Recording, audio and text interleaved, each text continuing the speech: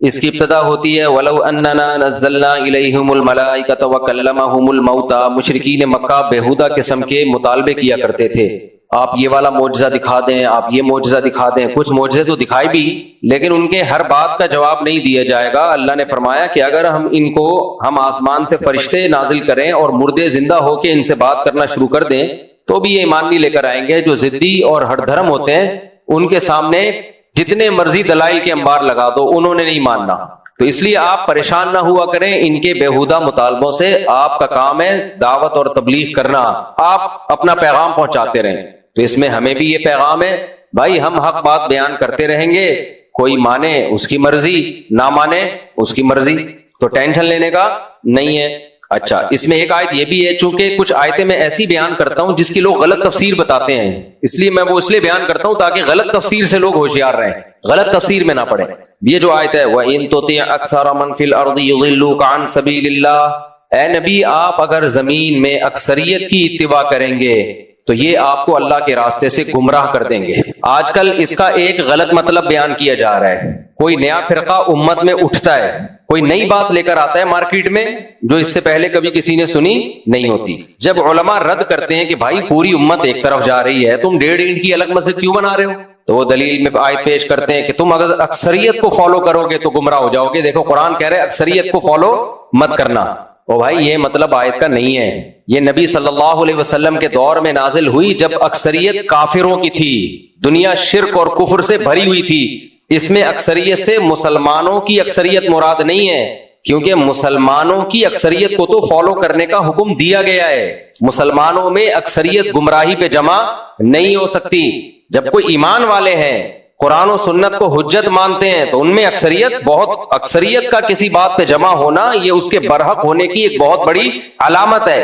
حدیث میں آتا ہے من شذ عن جماعت المسلمین شذ فی النار، جو مسلمانوں کی جماعت سے الگ ہوگا تو اللہ قیامت میں جب مسلمانوں کو دھڑ دھڑ جنت میں داخل کر رہے ہوں گے نا، اس کو بولیں گے تو الگ ہو جائے یہاں سے۔ یہ حدیث ہے کہ تو وہاں بھی 1.5 اینٹ کی الگ مسجد بنا کے بیٹھا ہوا تھا کہ نیا فرقی نکالی بھی تھی تو نے، فرقی چھوٹی سی، فرقے بھی نہیں ہیں ابھی، فرقیاں آ رہی ہیں چھوٹی چھوٹی فرقیاں۔ یہ بچے نے پیشاب کیا ہے بھائی، پہلے بھی ہم نے سمجھایا ہے بچوں کو، بہت چھوٹے بچوں کو مت لایا کریں، اور اگر ہاں کر دے تو پھر غائب بھی ہو جاتے ہیں وہاں سے، یہ تو غلط ہو گیا نا۔ یہاں لکھ کے لگا دیں چھوٹے بچوں کا پیشاب کرنا منع ہے، اور جس بچے نے پیشاب کیا اس کے باپ کو وہ پیشاب صاف کرنا پڑے گا۔ اچھا، ابا بھی ساتھ بیٹھے ہوئے تھے، تو بچے نے پیشاب کر دیا وہ تو چلو بچے نے، لیکن باپ کو چاہیے وہ اس کو صاف تو کرے نا، کھڑا ہو وہاں پہ بھائی، یہ کوئی دوسرا آ کے بیٹھے نہیں، چلیں اس کو کرواتے ہیں، خیر ٹینشن نہیں شنگیری صاحب۔ ہاں لوگ تو جو ہو رہے ہیں ان کو اتنا غصہ نہیں آ رہا نا، آپ کو ٹینشن نہ لیں۔ تو یہاں لکھ کے لگا دیں بھائی، کل لگوا دیں نا، یہاں پہ کوئی بورڈ لگوا دیں، میں نے تو پہلے بھی کہا ہے بورڈ بھی لگوا دیں، اور کیمرے میں پھر دیکھیں، کیمرے چاروں طرف لگے ہوئے ہیں، یہ کس دن کام آئیں گے۔ اب اس دفعہ تو معاف کر دیا، اب اگر کسی بچے نے پیشاب کیا تو کیمرے میں ہم نکالیں گے، اس کے ابا کی تصویر فیس بک پہ شائع کریں گے، ہاں کہ دیکھو یہ اپنے بچے کو لایا تھا، بچہ پیشاب کر کے نکل لیا یہاں سے، اور یہ ابا بھی پتلی گلی سے نکل لیے، تو یہ حل ہے۔ تو میں یہ کہہ رہا تھا چھوٹی چھوٹی فرقیاں نکل رہی ہیں، فرقیاں، جب ان سے کہا جائے کہ تم ایک نئی چیز مارکیٹ میں لائے ہو یار، تو وہ جواب میں کہتے ہیں دلیل کو فالو کرو، دلیل کو یہ مت دیکھو اکثریت کیا کہتی ہے، دلیل ہی کو فالو کرو۔ لیکن دلیل اس طرف تھی تبھی تو اکثریت اس طرف گئی ہے، تو جس کو آپ دلیل کہہ رہے ہو وہ آپ کے خود ساختہ دلیل ہے، وہ آپ کو لگ رہا ہے دلیل۔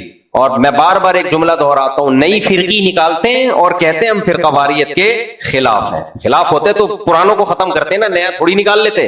یہ منجن ہے، منجن اس زمانے میں یہ بہترین طریقے سے منجن چل رہا ہے۔ وہی جملہ بس ایک سینٹنس کر کے پھر آگے چلتا ہوں۔ ہمیں لوگ کہتے ہیں فقہ حنفی ایک فرقہ ہے، تو میں اکثر ایک جواب دیتا ہوں، اس دن شاید بیان چلا نہیں، کوئی کرپٹ ہو گئی تھی فائل، کیا ہو گیا واللہ عالم۔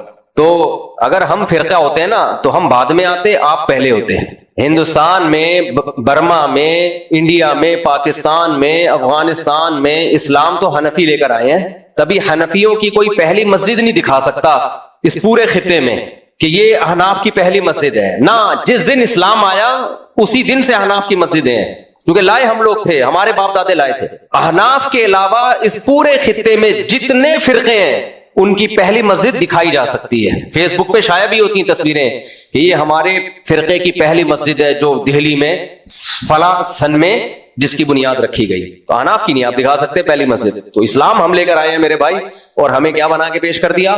فرقہ۔ ایک بات تو یہ ہو گئی. تو ان تطیع اکثر من فی الارض یضلوک عن سبیل اللہ کا مطلب سمجھ میں آیا کہ اکثریت سے مراد غیر مسلم اور مسلم ملا کے پوری دنیا میں اس وقت جو تھے. مسلمانوں میں اکثریت اس سے مراد نہیں ہے, اور خاص طور پہ اہل سنت والجماعت میں, اہل سنت والجماعت میں ان میں تو اکثریت کا ہونا ایک بہت بڑی علامت ہے کہ یہ حق پر ہیں. دوسری بات, اسی صورت میں ایک اور آیت آئی ہے, اس کو بھی لوگ غلط پیش کرتے ہیں. آج کل ایک فیس بک پہ ایک نئی چیز آئی ہے مارکیٹ میں, اس کو مجھے لگ رہا ہے ابھی وہ بھی ایک نیا فرقہ لانچ کرنے والا ہے. وہ بھی لا رہا ہوتا ہے آیتیں, دیکھو یہ آیتیں مولوی یہ کہتے ہیں, یہ آیتیں مولوی, نیچے کسی نے لکھا ہے کہ نئی جہلم والی سرکار آ گئی ہے. نیچے لوگ بھی اپنے تبصرے کر رہے ہوتے ہیں. تو بیوہ لگتی نہیں ہے کہیں سے بیوہ, وہ تو اس کا بھی نیا حکیم قبلہ حکیم سے شادی ہوئی نا, اور پتہ نہیں حکیم صاحب کا ہونے والا کیا ہے. تو مجھے غصہ اس عورت پہ اس لیے ہے کہ اپنے شوہر کی برہنہ ویڈیو شائع کی اس نے. کوئی عورت یہ کام کرے اس کی عزت اب سوسائٹی میں ختم. اتنا بڑا جرم کیا آپ اپنے شوہر کی آپ نے برہنہ تصویریں شائع کر دی یار. تو یہ تو اس سے بڑا تو جرم کوئی ہو نہیں سکتا. تو اس لیے مجھے اس سے ذرا بھی ہمدردی نہیں ہے. تو حکیم صاحب سے ہمدردی ہے کہ دوبارہ نہ بیوہ ہو جائے وہ. تو وہ کوئی ویڈیو اس کی آئی ہوئی تھی, کسی نے لکھا کہ کاش فیس بک پہ تھوکنے کا آپشن ہوتا. اتنی ٹیکنالوجی نے ترقی کی ہے مگر یوٹیوب اور فیس بک پر تھوکنے کا آپشن لائک اور ڈس لائک کرنے کا ہے, تھوکنے کا بھی آپشن ہوتا. خیر, تو ایک تو یہ آیت کا غلط مطلب. دوسرا ایک اور آیت جو آج کل ایک نئی فرقی آئی بھی ہے, اس نے پڑھنا شروع کر دیا, اور یہ بھی لوگ بہت سارے پڑھ رہے ہیں. وہ کیا ہے, ان الذین فرقوا دینہم وکانوا شیعا لست منہم فی شیء, جنہوں نے اپنے دین کے ٹکڑے کر دیے اور ٹکڑوں میں تقسیم ہو گئے, اے نبی آپ کا ان سے کوئی تعلق نہیں ہے. تو یہ آیت پیش کی جاتی ہے فرقوں کے خلاف کہ دیکھو یہ اتنے سارے فرقے ہیں, یہ فلانا فرقہ ڈمکانا فرقہ. اس آیت کا مطلب کیا ہے, جو دین برحق سے ٹوٹ کے الگ ہو گئے, دین برحق سے ٹوٹ کے الگ ہو گئے, جو دین برحق پر قائم ہیں تو وہ تو فرقوں میں شامل ہی نہیں ہے. جو دین برحق سے ٹوٹ کے الگ ہو گئے, تو یہ آیت آپ جب پڑھیں جب آپ اپنے بارے میں ثابت کریں کہ ہم دین برحق سے ٹوٹ کے الگ نہیں ہوئے, ہم اسی دین برحق اور اسی کو فالو کرنے والے مسلمانوں کی جماعت میں سے ہیں. تو یہ بھی آپ کے خلاف آیت جا رہی ہے کہ جو جمہور امت سے ہٹیں گے, نیا فرقہ بنائیں گے, اس پہ یہ آیت منطبق ہوتی ہے. اور جو جمہور امت سے جڑے ہوئے ہیں, بے شک کسی بھی نام سے ہوں, وہ فرقوں میں داخل نہیں ہے, کیونکہ جمہور امت میں فروعی اختلافات ہمیشہ سے رہے ہیں. ان فروعی اختلافات کی بیس پہ کوئی حنفی ہے, کوئی شافعی ہے, تو یہ فرقوں میں شامل نہیں ہے, کیونکہ بیس سب کی ایک ہی ہے, قرآن اور سنت. اس کو سمجھنے میں اگر اختلاف ہوا ہے تو ہوتا رہے, وہ تو صحابہ میں بھی اختلاف تھا, وہ تو تابعین میں بھی اختلاف تھا, وہ تو تبع تابعین میں بھی اختلاف تھا. پھر تو پوری امت ہی جہنم میں جائے گی, بچے گا کون؟ یہ 4-6 آدمی رہ جائیں گے جو میں اکثر بیان کرتا رہتا ہوں. 4-6 آدمی رہ جائیں گے, وہ سارے ہی برباد ہو جائیں گے. پھر تو امت بہت بڑی تعداد میں جنت میں جائے گی, ہمیں حدیث سے پتہ چلتا ہے. اور ان نئے نئے اسکالرز کو آپ جب سنتے ہو تو ایسے لگتا ہے 4-6 آدمیوں کے علاوہ کوئی جنت میں جانے والا نہیں ہے, سارے گھاس کھا رہے ہیں. تو یہ بھی آیت کا غلط مطلب پیش کیا جاتا ہے. اب ہم آگے چلتے ہیں دوسری آیتوں کی طرف. سورہ انعام میں اللہ نے ایک حکم ہمیں یہ بھی دیا, وما لکم اللہ ولا تأکلوا مما لم یذکر اسم اللہ علیہ, جس جانور پر اللہ کا نام نہ لیا جائے اسے مت کھایا کرو. یورپ امریکہ جانے والوں, جاپان میں رہنے والوں, حلال گوشت تلاش کیا کرو. صرف ٹھپوں سے گزارا نہیں ہوتا. وہاں بعض لوگوں نے حلال ٹھپے بنائے ہوئے, جو آ رہا ہے دے دنادن ٹھپے پہ ٹھپا, حلال حلال حلال. ایسا نہیں ہوتا. آپ کو تحقیق کرنی پڑے گی کہ ہینڈ سلاٹر سے باقاعدہ اللہ کا نام لے کے ذبح کیا گیا ہے کہ نہیں کیا گیا, اس وقت تک وہ گوشت حلال نہیں ہوگا. باہر ملکوں میں اس کی بہت تحقیق لازم ہے. اور یہ مشینی ذبیحہ بھی حلال نہیں ہے. اس پہ میں پہلے کئی بار دلائل دے چکا ہوں, اب دوں گا تو پھر ساری تفسیر کا لیکچر ہمارا اسی پہ چلا جائے گا. ہاتھ سے باقاعدہ اللہ کا نام لے کے ذبح کیا گیا ہو, ادروائز آپ کے لیے وہ میٹ کھانا حلال نہیں ہے. سمجھتے ہو؟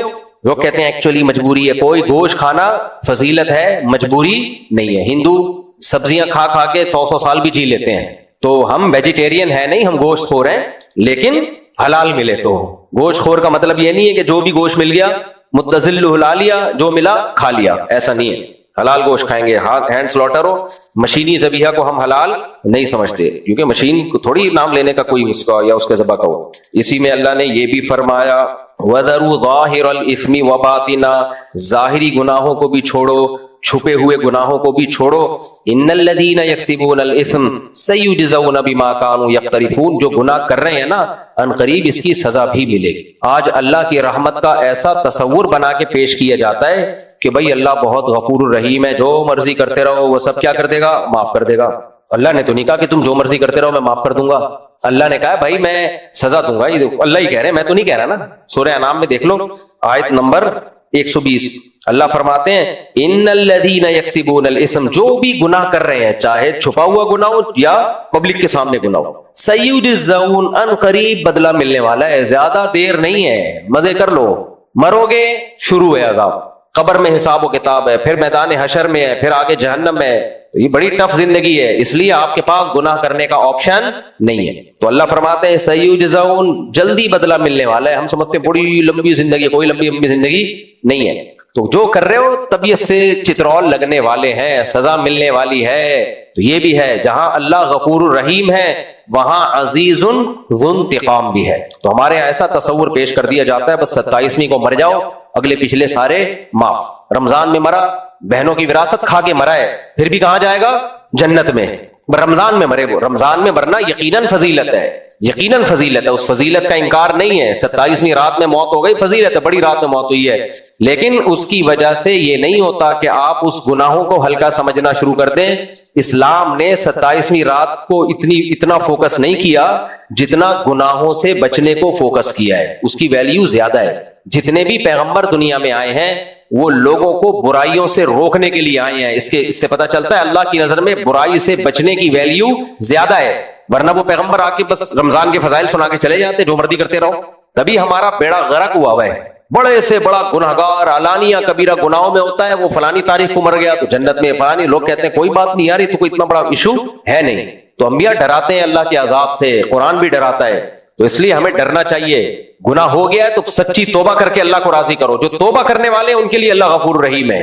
توبہ کرنے والوں کے لیے غفور رحیم ہے, گناہگاروں کے لیے غفور رحیم نہیں. گناہگاروں کے لیے تو سیجزون, اللہ کہہ رہے ہیں سزا ملے گی. تو اس لیے بچنا چاہیے, ڈرنا چاہیے اللہ کے عذاب سے. آگے ہم چلتے ہیں اس آیت سے, یا معشر الجن قد استکثرتم من الانس. اللہ نے قرآن میں فرمایا جنات سے خطاب کر کے کہ تم انسانوں سے تعداد میں زیادہ ہو. اس سے ہمیں یہ بھی پتہ چلتا ہے کہ جنات کی آبادی انسانوں کی آبادی سے زیادہ ہے. سائنس نہیں مانتی جنات کو تو نہ مانے, سائنس انکار بھی نہیں کر سکتی.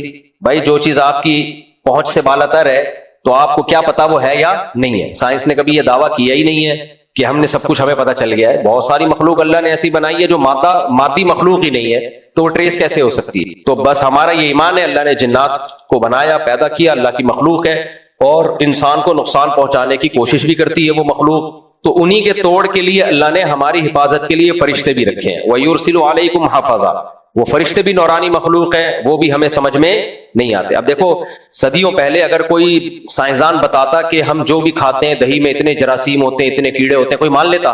کہتے ہیں پاگل ہو رہا ہے کہ دہی میں کیڑے کہاں سے آ گئے اور ان چیزوں میں کیڑے کہاں سے آ گئے. کچھ بھی نہیں ہے. جب خوردبینیں ایجاد ہوئی تو وہ دہی میں آپ خوردبین سے دیکھو تو اتنے موٹے موٹے کیڑے تیرتے ہوئے نظر آتے ہیں. آپ کھانا ہی چھوڑ دو گے ایک دہی. اب چھوڑنا نہیں, نہ دیکھنا, کھا لینا, لیکن ہوتے ہیں اس میں وہ گڈ بیکٹیریا ہوتے ہیں, صحت کے لیے اچھے ہوتے ہیں. ہوتے تو کیڑے ہی ہیں نا. تو عین ممکن ہے سائنس مزید ترقی کرے تو پہنچ جائے جنات تک, فرشتوں تک. یہ بھی ممکن ہے نہیں پہنچ سکے, قیامت تک نہ پہنچ سکے. تو اگر کسی دوسری دلیل سے ان چیزوں کا وجود ثابت ہو اور وہ دلیل برحق ہو تو ہمارا اس پر ایمان لانا ضروری ہے. تمام پیغمبروں کی دعوت ہے, تورات میں بھی ہے, انجیل میں بھی ہے, یہودی بھی مانتے ہیں, عیسائی بھی مانتے ہیں, مسلمان بھی مانتے ہیں کہ جنات کا وجود بھی ہے اور فرشتوں کا وجود بھی ہے. جنات گندگی سے محبت کرتے ہیں, فرشتے گندگی سے نفرت کرتے ہیں. جھوٹ سے فرشتوں کو نفرت ہے, فرشتوں کی اچھی صفات ہیں, فرشتے انسان دوست ہیں. سمجھتے ہو کہ نہیں سمجھتے؟ باقی جنات کو ماننے کا مطلب یہ ہرگز نہیں ہے کہ عاملوں پہ ایمان لے آؤ. عاملوں کے پاس جنات بنات نہیں ہوتے. یہ ابھی پاگل لوگ ہیں, بے وقوف بنا رہے ہوتے ہیں تمہیں بیٹھ کے. تو ہاں یہ ضرور ہے کہ عاملوں کو جنات نے قبضے میں لیا ہوا ہوتا ہے. ان کے قبضے میں جنات نہیں ہوتے. یہ کس کے قبضے میں ہوتے ہیں؟ جنات کے قبضے میں. اور پھر جو ان کے پاس جاتا ہے جنات اس کا راستہ دیکھ لیتے ہیں کہ یہ بھی آ رہا ہے, اس سے پتہ چلتا ہے کہ یہاں بھی ہمارا منجن بکے گا, تو پھر جنات اس کو تنگ کرتے ہیں. تو جو جاتے ہی نہیں عاملوں کے پاس تو وہ ان کو کچھ بھی نہیں ہوتا. اور جو برا بلا کہتے ہیں ان کو تو ویسا امیون سسٹم اتنا بوسٹ کر جاتا ہے ان کا, جو برا بلا کہتے ہیں اتنا کانفیڈنس ہوتا ہے کہ جنات ان سے ڈرنا شروع کر دیتے ہیں. بولتے ہیں یار یہ اس عامل کو نہیں مانتا. تو یہ قرآن سے یہ سب باتیں ثابت ہیں. قرآن کیا کہتا ہے سورہ جن میں, وَأَنَّهُ كَانَ رِجَالٌ مِّنَ الْإِنسِ يَعُوذُونَ بِرِجَالٍ مِّنَ الْجِنِّ فَزَادُوهُمْ رَهَقًا. جنات جب مسلمان ہوئے, ایک جماعت مسلمان ہوئی, تو انہوں نے کہا دیکھو انسان ہم سے بلا وجہ ڈرا کرتا تھا, ہم سے پناہ مانگا کرتا تھا, فنا کا مطلب ہمیں مدد کے لیے پکارتا تھا، تو ہماری سرکشی بڑھ گئی، ہم نے انسان کو تنگ کرنا شروع کر دیا. تو اس سے صاف پتہ چلتا ہے جو جنات سے نہیں ڈرتے اور ان کو زیادہ لفٹ نہیں کراتے، تو جنات کے دل میں نا ایک اللہ نے انسان کا روب رکھا ہے. دیکھو پاورفل ہونا اس کی علامت نہیں ہے کہ وہ آپ پہ غالب آئے گا. ہم جو قربانی کے بیل لے کر آتے ہیں، طاقتور کون ہوتا ہے؟ ہم ہوتے ہیں یا بیل؟ اسی وجہ سے ہم اپنے آپ کو کھونٹے سے باندھتے ہیں یا بیل کو؟ بیل پاورفل ہے نا. لیکن اس کے باوجود کس کے قابو میں ہوتا ہے؟ ہمارے قابو میں. ڈرتا ہے ہم سے، یہ روب ہے انسان کا. لیکن جس دن بیل کو پتا چل گیا نا کہ میں زیادہ طاقتور ہوں، یہ کمزور ہے، تو ہم کھونٹے سے بدے ہوں گے اور بیل انجوائے کر رہا ہوگا. تو جانور پہ ایک انسان کا روب ہے، ڈرتے ہیں جانور انسانوں سے. تو ایسے ہی جنات پہ بھی انسانوں کا روب ہوتا ہے. لیکن جب انسان کو یہ لگ گیا نا، یہ ہر وقت جن چڑیل بھوت میں لگا رہتا ہے اور پنکھوں پہ جا کے پھونکے مار رہا ہے کہ سارے پھیل جائے، تو پھر وہ جنات پھر ایسے لوگوں کو تنگ کرتے ہیں. اس لیے ڈرنے کی ضرورت نہیں ہے. اور بچوں کے سامنے کبھی بھی جن چڑیل بھوت کا تذکرہ مت کیا کرو. ایسا خوف بچوں کے دماغ میں بیٹھتا ہے کہ وہ کبھی بھی نہیں جاتا. پھر بچوں کو تو بتاؤ ہی نہیں. بچے جب بڑے ہو جائیں پھر ان کو اسلامی عقیدے کے طور پہ بتا دو، ورنہ بتاؤ کبھی بھی تذکرہ نہیں کرو. اندھیرے میں اکیلے بھی کہیں جا رہے ہو، جن چڑیل بھوت سے نہیں ڈراؤ ان کو. تو آگے چلتے ہیں ہم. اللہ نے 4 جانوروں کا خاص طور پہ ذکر کیا، 8 جانوروں کا. من الضأن اثنین ومن المعز اثنین. اللہ اپنی نعمتیں بیان کرتا ہے اور مشرکین کی حماقتیں کہ اپنے اوپر بلا وجہ کی حلال چیزوں کو حرام کیا ہوا ہے. تو اللہ کہتے ہیں دیکھو میں نے تمہارے لیے 4 جانور پیدا کیے، جن کا نر بھی حلال اور جن کی مادہ بھی حلال. سب سے پہلے اللہ نے شروع کیا دمبے سے. من الضأن، دمبا اور بھیڑ یہ سب اسی میں آتے ہیں، چکی والا بھی اور بغیر چکی والا بھی. میں بڑا مزہ آتا ہے جب میں آیت پڑھتا ہوں. من الضأن اثنین، اللہ کہتے ہیں دمبوں میں نر بھی اور مادہ بھی دونوں قسمیں حلال کر دی میں نے. قل آذکرین حرم ام الانثیین، بتاؤ نر کو میں نے حرام کیا یا مادہ کو؟ کسی کو بھی حرام نہیں کیا. تو تم خود سے کیوں حرام کرتے ہو؟ مشرکین نہ بتوں کے نام پہ چھوڑے چھاڑ کے پٹانگ حرکتیں کر رہے ہوتے تھے. تو آج ہم نے دمبے کو تو حرام نہیں کیا، لیکن دمبے کی چکی کو ڈاکٹروں نے حرام کر دیا ہے اور ہمیں کوکنگ آئل پہ لگا دیا کہ دمبے کی جو چکی ہے نا، جو اس کا گھی قدرتی گھی ہے، دمبا پوری زندگی وہ گھی کا ڈبہ اٹھا کے گھومتا ہے، اتنا بڑا بوجھ کہ میں جب کٹوں گا تو بازار سے آئل مت خریدنا. اللہ نے گھی کا انتظام بھی ساتھ میں کیا ہوا، بس کوئلے نہیں لگائے اس کے ساتھ، ورنہ پورا، کیونکہ کوئی کوئلوں پہ پکا کے کھاتا ہے، کوئی دیگچی میں پکا کے کھاتا ہے، تو اس لیے کوئلے نہیں ہیں. لیکن جس گھی میں دمبے کا گوشت پکنا تھا، وہ گھی کا ڈبہ اللہ نے پورا کا پورا ڈبہ چکی والے دمبے کے ساتھ لگا دیا. اتنی ٹیسٹی اس کی چربی ہوتی ہے نا، اتنی مزے کی ہوتی ہے، ویسے ہی کھا جاؤ مکھن کی طرح. کیا کیا ڈاکٹروں نے؟ ایکچولی یہ جو کھاؤ گے نا، ایکچولی یہ کولیسٹرول بڑھے گا تمہارا، فیٹ ہے اور موٹے ہو جاؤ گے اور یوں ہو جاؤ گے. کیا کھائیں؟ یہ آئل کھائیں آپ جو بازار سے مل رہا ہے نا، آئل، پیکنگ کا آئل، جس کا پتہ نہیں کہ بلیچ ڈال کے صاف کر رہے ہیں یا تیزاب سے دھو کے صاف کر رہے ہیں. اس کو نہیں کر رہے تیزاب سے، لیکن ایسا نہ ہو کہ آپ. لیکن بھائی اللہ نے جو پیدا کیا ہے وہ نیچرل ہے. زندگی، ساری زندگی انسان وہی کھاتے آئے ہیں. مجھے یہ حقیقت کیسے پتا چلی میں بتاؤں آپ کو. میں تو ڈاکٹروں کے لیکچر سنتا تھا، شروع سے مجھے عادت ہے. ڈاکٹر کہتے ہیں چربی نہیں کھاؤ، یہ یوں جم جائے گی آنتیں اور پیٹ خراب ہو جائے گا، فلانا ہو جائے گا، ڈمکانا ہو جائے گا. میں اکثر اپنا ایک واقعہ بیان کرتا ہوں. میرا پیٹ بہت خراب رہتا تھا، میری عمر تھی 24 سال اس وقت. بیزار ہو گیا تھا میں پیٹ کا علاج کر کر کے، اور صحت خراب ہوتی جا رہی تھی ڈیلی. میں سردیوں میں چلا گیا، چمن نہیں ہے چمن، وہاں کوئی دورہ سرف وغیرہ کرنے کے لیے، جو کوئٹہ سے آگے شدید ترین سردی تھی. مجھے لوگ بولتے مر جاؤ گے وہاں جا کے، اتنی سردی ہے کیا کر رہے ہو. وہاں علماء نے بھی بولا بھائی تمہیں تو کھانسی ہے، پیٹ تمہارا خراب ہے اور تم یہاں آ گئے سردیوں میں. میں نے کہا بھائی میں کچھ اب ماحول چینج کرنا چاہتا ہوں. میں 2 مہینے باہر رہا. اب جب 2 مہینے رہا ہوں تو دمبے کو چربی میں پکا کے کھلاتے تھے وہ. میں نے کہا یہاں تو بیڑا غرق ہو جائے گا صحت. یہ تو اتنی بھاری بھرکم چیز ہے چربی، چکی، اور کھاتے بھی ایسے تھے پوری چربی اٹھا کے. کمال ہو گیا. میں نے جب وہ چربی مجبوراً کھانا شروع کی خودکشی کی نیت سے، تو میرا پیٹ بھی صحیح ہو گیا.